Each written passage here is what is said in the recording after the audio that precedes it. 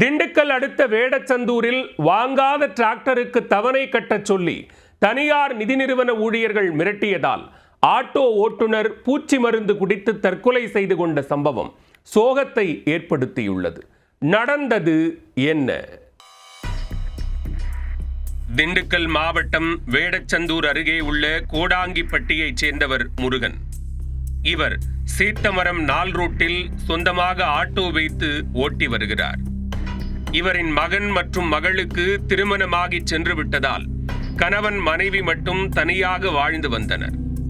இந்நிலையில் கடந்த 5 மாதங்களுக்கு முன்பு திண்டுக்கல்லில் இருந்து வந்த டிராக்டர் கம்பெனி விற்பனையாளர்கள் அவரிடம் பேசி டிராக்டர் வாங்கி ஓட்டினால் நிறைய சம்பாதிக்கலாம் என ஆசை வார்த்தை கூறினர். டிராக்டர் வாங்குவதற்காக திண்டுக்கல்லில் உள்ள டிராக்டர் கம்பெனிக்கு சென்றார். அவர்களும் டிராக்டரை காட்டி அதை தவணை முறையில் வாங்க ஒட்டஞ்சத்திரத்தைச் சேர்ந்த தனியார் நிதி நிறுவன ஏஜென்ட்டுகளிடம் அறிமுகம் செய்து வைத்துள்ளனர். தனியார் நிதி நிறுவன ஏஜென்ட்டுகளும் தாங்கள் வைத்திருந்த டாக்குமெண்ட்டுகளில் முருகனிடம் கையெழுத்து வாங்கிக் கொண்டனர்.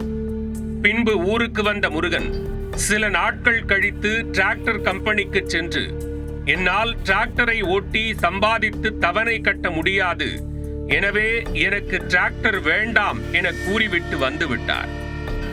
இந்நிலையில் 15 நாட்களுக்கு முன்பு வந்த ஒட்டஞ்சத்திரம் தனியார் நிதி நிறுவன ஏஜென்ட்டுகள், நீங்கள் டிராக்டர் வாங்கியதற்கு 3 மாதத்திற்கு ஒரு முறை கட்ட வேண்டிய தொகை 58,000 கட்டவில்லை, உடனடியாக தொகையை கட்டுங்கள் என்று கூறியுள்ளனர். அதற்கு முருகன், தான் டிராக்டரை வாங்கவில்லையே, அப்புறம் ஏன் பணம் கட்ட வேண்டும் என்று கூறியுள்ளார்.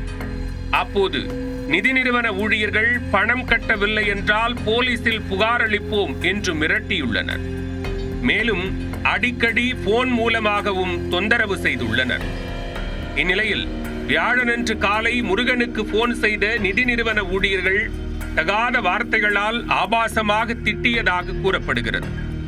அது மட்டுமின்றி டிராக்டர் நிறுவன ஊழியர்களும் 1,50,000 ரூபாய் கட்டச் சொல்லி மிரட்டியதாக கூறப்படுகிறது. தான் வாங்காத வாகனத்திற்கு தவணை கட்டச் சொல்லி தொந்தரவு செய்கிறார்களே என்று சக ஆட்டோ ஓட்டுநர்களிடம் முருகன் புலம்பியுள்ளார். அதன் பின்னர் பூச்சி மருந்தை வாங்கி குடித்துவிட்டு ஆட்டோவில் மயங்கி கிடந்திருக்கிறார். இதனை கண்ட ஆட்டோ ஓட்டுநர்கள் உடனடியாக அவரை 108 ஆம்புலன்ஸ் மூலம் மீட்டு வேடச்சந்தூர் அரசு மருத்துவமனைக்கு கொண்டு சென்றனர். அங்கு மருத்துவர்கள் முருகனுக்கு முதலுதவி சிகிச்சை அளித்து மேல் சிகிச்சைக்காக திண்டுக்கல் அரசு மருத்துவமனைக்கு அனுப்பி வைத்தனர். அங்கு சிகிச்சையில் இருந்த முருகன் சிகிச்சை பலனின்றி பலியானார்.